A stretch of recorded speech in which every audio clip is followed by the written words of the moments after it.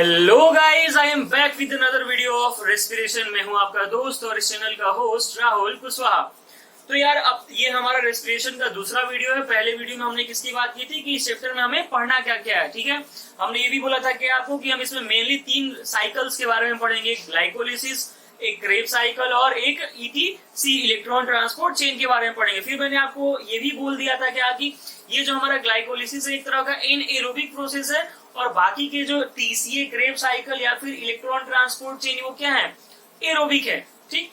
तो आज हम शुरू करने जा रहे हैं क्या, ग्लाइकोलिसिस। तो चलिए शुरू करते हैं क्या, ग्लाइकोलिसिस। ये जो वर्ड है हमारा क्या, ग्लाइकोलाइसिस, यार ये वर्ड हमें बता देता है ना कि इसमें हमें पढ़ना है क्या। अगर आप इस वर्ड को तोड़ के देखेंगे तो इसमें 2 चीज से बना हुआ है क्या, एक है हमारा ग्लाइको। ग्लाइको का मतलब क्या होता है यार, शुगर। क्या होता है, शुगर। और ये जो लाइसिस है इसका मतलब क्या होता है, स्प्लिटिंग। क्या होता है, स्प्लिटिंग होता है। मतलब क्या कि इसमें हमको क्या पढ़ना है कि एक शुगर अपने आप को तोड़ के क्या है, कुछ ना कुछ बनाएगा। वो क्या बनाएगा, 2 मॉलिक्यूल का 3 कार्बन का पायरुवेट बनाएगा। क्या, ये टूट के क्या बनाएगा, split, and results in 2 molecule 3 carbon compound, जिसको हम क्या बोलते हैं, कॉल्ड पायरुवेट। 2 मॉलिक्यूल पायरुवेट में क्या करेगा, अपने आप को तोड़ लेगा। वो जो पायरुवेट होता है वो कितने कार्बन का होता है, 3 कार्बन का होता है। तो इस साइकिल में हमें इसके बारे में ही पढ़ना है। कुछ और बेसिक बातें देखते हैं किसके बारे में, ग्लाइकोलिसिस के बारे में। इस ग्लाइकोलिसिस को हम ईएमपी पाथवे भी बोलते हैं। क्या, ईएमपी पाथवे भी बोलते हैं, ईएमपी पाथवे। ये ईएमपी पाथवे इसलिए बोलते हैं क्योंकि एक इमर्जेंट थे, एक मेरोनॉफ थे और एक बर्नार्ड थे। तो तीनों ने मिलके क्या किया कि साइकिल को डिस्कवर्ड किया, इसलिए क्या बोलते हैं इसको, हम ईएमपी पाथवे भी बोलते हैं।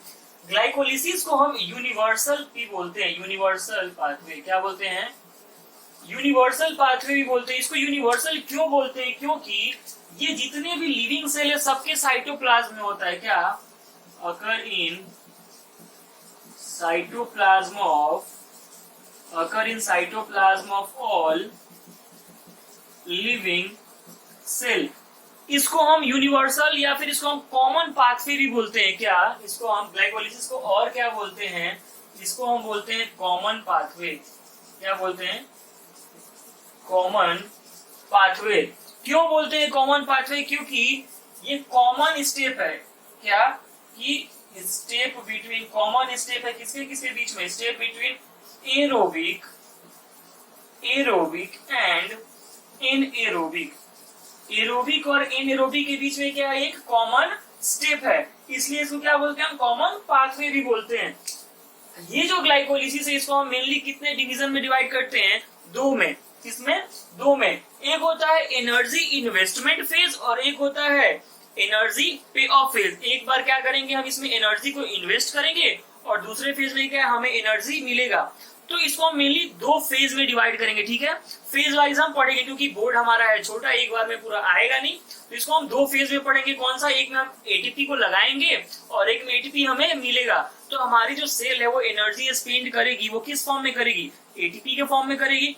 ये जो ग्लाइकोलिसिस है ना, इसमें टोटल 10 रिएक्शन होंगे। कितने रिएक्शन होंगे, टोटल 10 रिएक्शंस होंगे। कितने, 10 रिएक्शंस। और हर एक रिएक्शन का अपना एक एंजाइम होगा। बिना एंजाइम के ग्लाइकोलिसिस में कोई भी रिएक्शन पॉसिबल नहीं है, नहीं होने वाला है, ठीक है। तो हम पहले क्या देखेंगे, एनर्जी इन्वेस्टमेंट फेज, उसके बाद क्या देखेंगे, एनर्जी पे ऑफ फेज। नोट करेंगे इसको, शुरू करेंगे क्या हम, एनर्जी इन्वेस्टमेंट फेज। तो अब हम शुरू कर रहे हैं क्या, ग्लाइकोलिसिस का रिएक्शन। तो पहले हम क्या देखेंगे, एनर्जी इन्वेस्टमेंट फेज, ठीक है।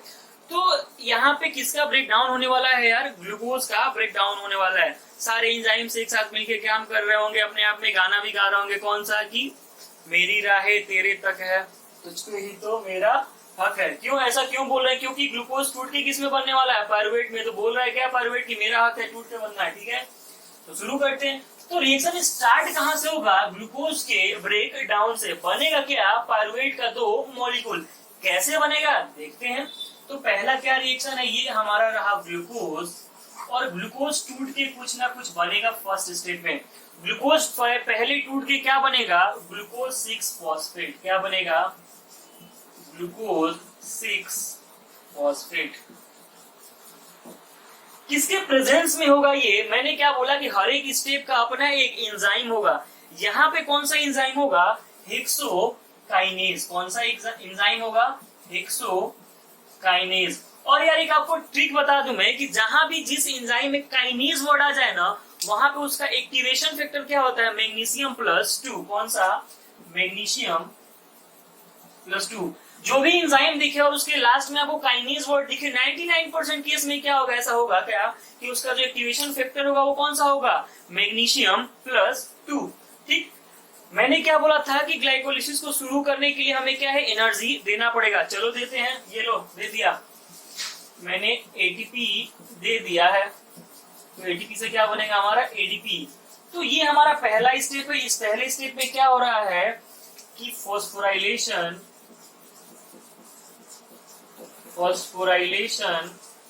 Of glucose by ATP. ये फॉस्फोराइलेशन किसको बोलते हैं कि ये क्या करता है, receive phosphate from ATP, receive phosphate from ATP. ठीक, थोड़ा सा यार बोर्ड का छोटा है मेरा। तो फॉस्फोराइलेशन किसको बोलते हैं कि एटीपी में क्या होना है, फॉस्फेट का एडिशन, एटीपी से फॉस्फेट का लेना। तो फॉस्फोराइलेशन हो रहा है किसका, ग्लूकोज का, किसके वजह से, एटीपी की वजह से, और बन क्या रहा है हमारा ग्लूकोज 6 फॉस्फेट। तो लो ये हो गया हमारा कौन सा, पहला रिएक्शन। क्या हो गया, पहला रिएक्शन। अब ये ग्लूकोज फॉस्फेट किसमें कन्वर्ट हो जाएगा, फ्रक्टोज 6 फॉस्फेट में। किसमें, फ्रक्टोज 6 फॉस्फेट में हुआ। इस ग्लूकोज 6 फॉस्फेट का आइसोमर है कौन सा, फ्रक्टोज 6 फॉस्फेट। तो ये यहाँ पे कुछ नहीं हुआ, बस क्या हुआ है, आइसोमर चेंज हुए एक दूसरे के, मतलब रीअरेंजमेंट। आइसोमर मतलब क्या होता है यार, रीअरेंजमेंट। तो ये किसके प्रेजेंस में हुआ, फॉस्फो ग्लूकोज आइसोमरेज। और बेसिकली यहाँ पे हुआ क्या है हमारा, बेसिकली यहाँ पे हुआ क्या है हमारा, रीअरेंजमेंट हुआ है। क्या हुआ है हमारा यहाँ पे, रीअरेंजमेंट हुआ है। इससे ज्यादा यहाँ पे कुछ नहीं हुआ है। ठीक, ये जो फ्रक्टोज 6 फॉस्फेट है ना, ये किसमें कन्वर्ट हो जाएगा, फ्रक्टोज 1,6 बाई फॉस्फेट में। किसमें, फ्रक्टोज 1,6 बाई फॉस्फेट में। और ये किसके प्रेजेंस में होगा, फॉस्फोफ्रक्टोकाइनेज। किसके प्रेजेंस में, फॉस्फोफ्रक्टोकाइनेज।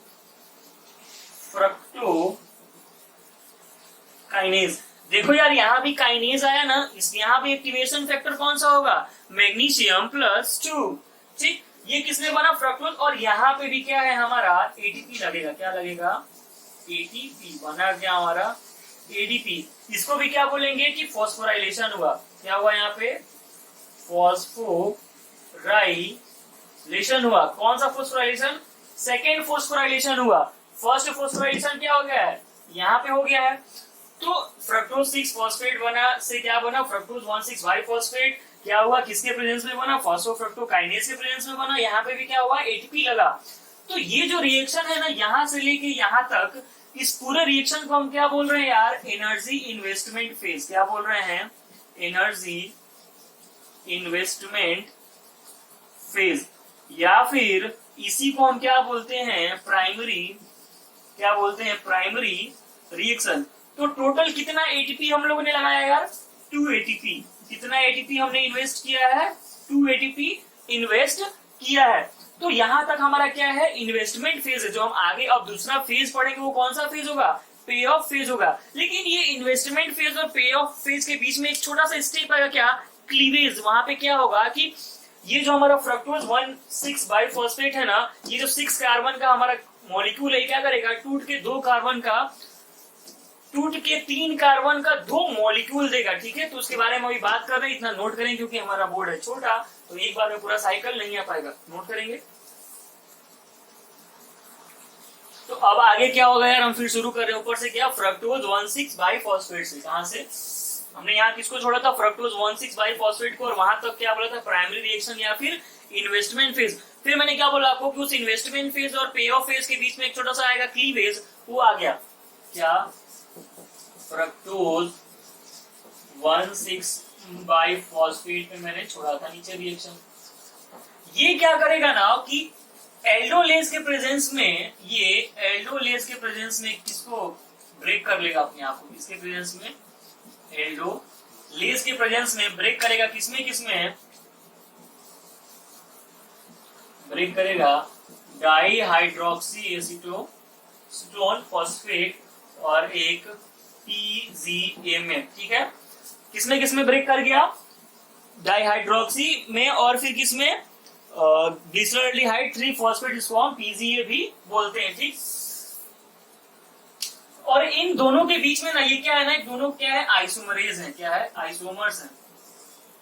यहाँ पे किसके प्रेजेंस में ये काम होगा, आइसोमरेज के। और ये जो रिएक्शन है ना, ये कभी क्या बोल सकते हो तो कि इक्विलिब्रियम में कभी एग्जिस्ट नहीं करता, ये हमेशा एक दूसरे में क्या है, चेंज होते रहते हैं। तो जो आगे का जो रिएक्शन फर्दर चलेगा ना, वो किसके वजह से चलेगा, इस PGA के वजह से चलेगा। किसके वजह से, इस PGA की वजह से। तो ये कौन सा हमारा हो गया, चौथा। ठीक, तो आगे का रिएक्शन किससे चलेगा, हमारा इससे चलेगा, इससे अब हमें लेना देना नहीं है। ठीक, ये कितने कार्बन का था, 6 कार्बन का था, और ये टूट के क्या बनाया, 2 मॉलिक्यूल 3 कार्बन PGA, क्या बनाया, 2 मॉलिक्यूल 3 कार्बन PGA बनाया। अब जो आगे का जितना भी काम चलेगा ना, वो 2 स्टोइकियोमेट्री के साथ चलेगा। क्यों, क्योंकि इसके पहले तो एक ही था, लेकिन अब क्या है कि ये जो 6 कार्बन का कंपाउंड हमारा फ्रक्टोज था, वो टूट के क्या बनाया है, 2 मॉलिक्यूल 3 कार्बन का PGA। तो अब जितने भी काम चलेंगे किसके चलेंगे, 2 को लेके चलेंगे। अब ये PGA है, इस PGA से क्या बनता है हमारा 1,3 बाइफॉस्फो ग्लिसरेट बनता है। क्या बनता है, 1,3 बाइफॉस्फो ग्लिसरेट बनता है। इसके बनने में क्या क्या लग रहा है यार, कि ये जो PGA है ये भी एक तरह का क्या है, शुगर है। क्या होता है कि यहाँ पे कि शुगर ऑक्सीडाइज्ड होता है। वो कैसे ऑक्सीडाइज होता है, इलेक्ट्रॉन को ट्रांसफर कर देता है किसको, NAD+ को, और वो NAD+ इलेक्ट्रॉन लेके क्या बन जाता है, NADH। क्या कि ये शुगर ऑक्सीडाइज करता है अपने आप को, कैसे, तो ये जो NAD+ है उसको इलेक्ट्रॉन देके क्या बन जाता है, NADH। और सब चीज 2-2 मॉलिक्यूल्स की बात होगी, तो ये भी 2 और ये भी 2। और एक और चीज यार, यहाँ पे वाटर का एंट्री होगा, कितना मॉलिक्यूल का, 2 वाटर मॉलिक्यूल का भी। ये किसके प्रेजेंस में होगा, डिहाइड्रोजिनेज के, किसके, डिहाइड्रोजिनेज के। तो यार यहाँ पे हुआ क्या, कहाँ लिखूं मैं, इधर लिखता हूं, यहाँ पे हुआ क्या कि oxidation of sugar by transferring electron to NAD+। ठीक, और NAD+, सॉरी, इससे क्या बना, NADH बना। और इससे फिर ये भी कितना मॉलिक्यूल का होगा यार, 2, क्योंकि सारा 2-2 का चल रहा है खेल।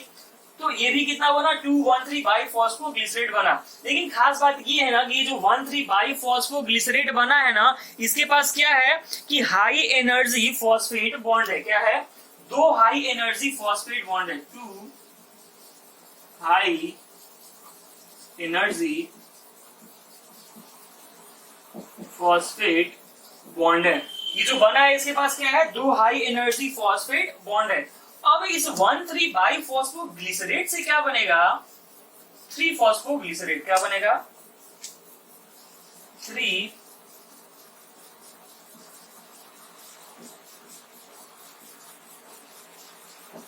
इस 1,3 बाइफॉस्फो ग्लिसरेट से क्या बन रहा है, 3 फॉस्फो ग्लिसरेट। तो ये जो यहाँ पे 2 हाई एनर्जी फॉस्फेट बॉन्ड के साथ बना था, अब उस बॉन्ड का यूज करके क्या देगा ये ATP। क्या, 2 ADP क्या देंगे हमें, 2 ATP।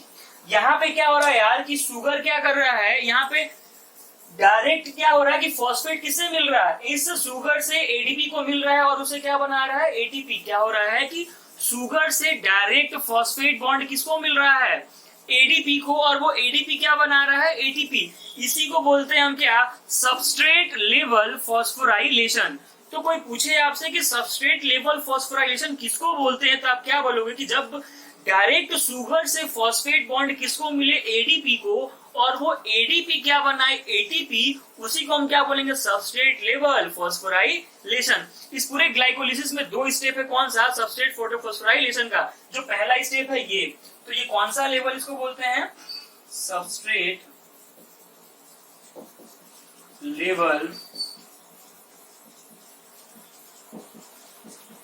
फॉस्फोराइलेशन। क्या बोलते हैं, सबस्ट्रेट लेवल फॉस्फोराइलेशन। और ये किसके प्रेजेंस में हो रहा है, ट्रांसफॉस्फोराइलेज के प्रेजेंस में। किसके, ट्रांसफॉस्फोराइलेज के प्रेजेंस में। भाई देखो, एंजाइम नहीं याद रहे कोई दिक्कत नहीं है, चलेगा, एंजाइम नहीं पूछता है आपसे। एग्जाम में डायरेक्ट क्वेश्चन पूछ सकता है क्या है कि which step of the glycolysis is substrate level phosphorylation. तो आप क्या बोल दोगे कि जब 1,3 बाई फॉस्फोग्लिसरेट किसमें कन्वर्ट हो रहा होगा, 3 फॉस्फोग्लिसरेट में कन्वर्ट हो रहा होगा, तो वहां पे क्या है कि डायरेक्ट शुगर से एडीपी को क्या मिलेगा, फॉस्फेट बॉन्ड, और वो कन्वर्ट हो जाएगा किसमें, एटीपी में। उसी को हम क्या बोलेंगे, substrate level photophosphorylation, sorry phosphorylation. ठीक है, तो यहाँ पे क्या क्या हुआ आपको समझ में आ गया होगा।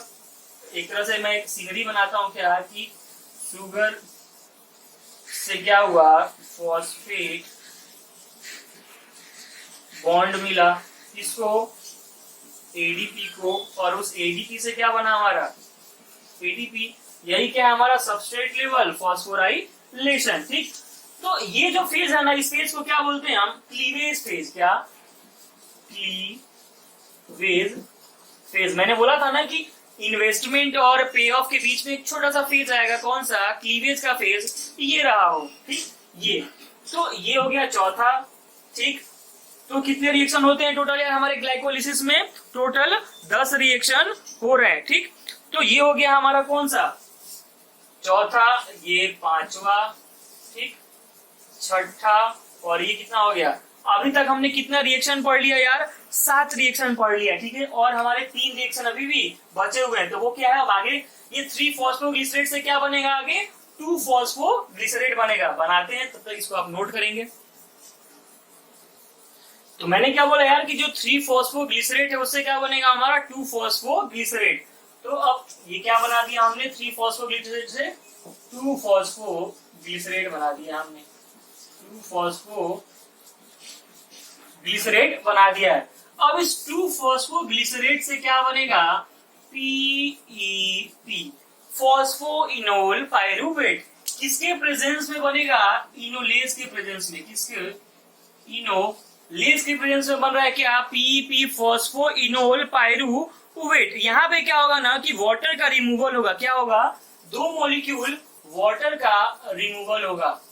तो लो, एकमात्र ऐसा स्टेप आया था जहां पे क्या है कि वाटर का एंट्री हुआ था, और एकमात्र ये स्टेप है जहां पे क्या है, वाटर का रिमूवल हो रहा है। तो आपको याद रखना है कि कब वाटर का रिमूवल होता है, कब वाटर का एंट्री होता है। ठीक, तो ये हमारा कौन सा रिएक्शन हो गया, 9th रिएक्शन। और 3 फॉस्फो से 2 फॉस्फोग्लिसरेट बनने तक कौन सा रिएक्शन था, 8वां रिएक्शन था। ठीक, अब इस पीपी से क्या बनेगा हमारा, इस पीपी से क्या बनेगा हमारा, पाइरुवेट। लेकिन इसके पहले ये जो प्रोसेस है ना इनोलेज वाला, यहाँ पे क्या होता है कि जैसे इसके पहले वाले प्रोसेस में क्या था, जहां पे सबस्ट्रेट लेवल फॉस्फोराइलेशन हुआ था, उसके पहले क्या था कि वो जो शुगर बना था उसके पास क्या था, 2 हाई एनर्जी फॉस्फेट बॉन्ड। ठीक, तो इसके पास भी क्या होगा ना, 2 हाई एनर्जी फॉस्फेट होंगे। इसके पास भी 2 हाई एनर्जी फॉस्फेट बॉन्ड होगा। इसके पास भी 2 एनर्जी हाई फॉस्फेट बॉन्ड होगा। और फिर जब ये पाइरुवेट बन रहा होगा ना, तो उस टाइम क्या होगा कि 2 एटीपी रिलीज होगा। कितना, 2 एटीपी। तो यहाँ पे भी क्या होगा कि सबस्ट्रेट लेवल फॉस्फोराइलेशन होगा। क्या होगा, सबस्ट्रेट लेवल फॉस्फोराइलेशन। और ये किसके प्रेजेंस में होगा, पाइरुवेट काइनेज के प्रेजेंस में। यहाँ भी काइनेज वर्ड है, मतलब क्या है, मैग्नीशियम होगा क्या, एक्टिवेशन फैक्टर। तो यहाँ पे भी क्या हो रहा है, सबस्ट्रेट लेवल फॉस्फोराइलेशन। क्यों बोल रहे हैं सबस्ट्रेट लेवल फॉस्फोराइलेशन? बिकॉज ये जो पीपी बना है इसके पास क्या है, दो हाई फॉस्फेट एनर्जी बॉन्ड, वो डायरेक्ट क्या होंगे कि high energy phosphate bond sugar से किसको मिल जाएंगे, एडीपी को, और वो एडीपी क्या बना देगा, एटीपी। तो ये जो हमारा यहाँ भी क्या है, दो मॉलिक्यूल पीपी बनेगा और ये हमारा दो मॉलिक्यूल भी पायरुवेट बनेगा। तो इस पूरे पायरुवेट को बनने में क्या हुआ, टोटल कितने रिएक्शन हुए, 10 रिएक्शन हुए। कितने रिएक्शन हुए यार, 10 रिएक्शन हुए। इन 10 रिएक्शंस में से 5 रिएक्शन किसमें इन्वॉल्व थे, फर्स्ट 5 रिएक्शन किसमें इन्वॉल्व थे यार, फर्स्ट 5 रिएक्शन क्या किए कि 6 कार्बन शुगर को किसमें कन्वर्ट किए, 3 कार्बन शुगर में। किसमें, फर्स्ट रिएक्शन क्या किया कि 6 कार्बन शुगर को किसमें कन्वर्ट किया, कि 2 मॉलिक्यूल के शुगर में। ये 6 कार्बन शुगर कौन सा था, ग्लूकोज, और ये 2-3 कार्बन कौन था, PGA। ये कुछ मैं समरी दे रहा हूं आपको कि अभी ग्लाइकोलिसिस में हुआ क्या, ठीक। इन 10 रिएक्शंस में से 5 रिएक्शन का ये हो गया, ठीक। जो लास्ट 5 रिएक्शन है, जो लास्ट के 5 रिएक्शन है वो क्या कर रहे हैं कि इस पीजीए को क्या कर रहे हैं, पायरुवेट में कन्वर्ट कर रहे हैं। लास्ट 5 रिएक्शन क्या कर रहे हैं, कन्वर्ट पीजीए टू पायरुवेट, ठीक। इन 10 रिएक्शन में से 2 ऐसे रिएक्शन है जो कौन से हैं, substrate level phosphorylation. Substrate level phosphorylation वाले कौन से स्टेप है, 7 and 10। ये कौन सा स्टेप है, सबस्ट्रेट लेवल फॉस्फोराइलेशन। देखो यार, कंफ्यूजन बिल्कुल भी नहीं होना चाहिए कि सबस्ट्रेट लेवल फॉस्फोराइलेशन किसको बोलते हैं। मैं फिर एक बार बोल रहा हूं, चौथी बार रिपीट कर रहा हूं, क्या कि शुगर से डायरेक्ट फॉस्फेट बॉन्ड एटीपी को मिल जाता है और वो एडीपी क्या करता है कि एटीपी बना देता है।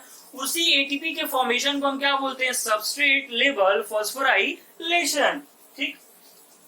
तो ये जो हमारा ग्लाइकोलिसिस हुआ, इसमें हमने क्या है कि एनर्जी इन्वेस्टमेंट फेज में कितना एटीपी दिया था, 2 एटीपी दिया था, ठीक। बना कितना एटीपी, 4 एटीपी। कितना एटीपी बना, 4 एटीपी, एक 7th स्टेप में और एक 10th स्टेप में। तो नेट गेन कितना हुआ ग्लाइकोलिसिस में एटीपी का, 2। क्यों, क्योंकि ये जो लगा था हमारा क्या, हमने इसमें इन्वेस्ट किया था, इसको क्या किया था हमने, इन्वेस्ट किया था, और ये क्या हमें गेन हुआ है। तो जो नेट गेन होगा एटीपी का, जो नेट गेन होगा एटीपी का, वो क्या होगा, नेट गेन कितना होगा, 2 एटीपी का होगा। क्यों, क्योंकि 2 शुरू में जो हमने लगाया था वो भी माइनस तो करोगे ना, ठीक। फिर और क्या गेन हुआ हमें कि 2 NADH बना, ठीक। वो NADH कैसे बना था, याद है क्या आप लोगों की, 2 NAD+, फिर क्या है, इलेक्ट्रॉन अपना ट्रांसफर कर दे रहा था, फिर उसे क्या बन रहा था हमारा 2 NADH, कुछ ऐसे बन रहा था। तो ये था हमारा क्या, ग्लाइकोलिसिस जो रिएक्शन था वो था। तो अल्टीमेटली हमारा प्रोडक्ट क्या है यार, 2 पायरुवेट, जो कि हमने शुरू में ही बात की थी क्या कि हम कन्वर्ट किसमें करेंगे, 2 मॉलिक्यूल के पायरुवेट में कन्वर्ट करेंगे। अब बात आती है क्या कि अच्छा, ये जो आप पायरुवेट बना रहे हो इसका यूज क्या है, इसका आप करोगे क्या, बताता हूं करेंगे क्या, नोट करेंगे इसको। तो अब हम क्या देखते हैं यार, फेट ऑफ पायरुवेट। क्या, फेट ऑफ, आखिर ये जो पायरुवेट बना है इसका हम करेंगे क्या। देखो, ये डिपेंड करता है कि सेल में रिक्वायरमेंट कैसा है और अवेलेबिलिटी कैसा है। मेनली जो हमारा सेल है वो क्या करता है कि 3 तरह से इस पायरुवेट का यूटिलाइजेशन करता है। किसमें किसमें, अल्कोहलिक फर्मेंटेशन में, किसमें, अल्कोहलिक फर्मेंटेशन में, ठीक है, एरोबिक रेस्पिरेशन में,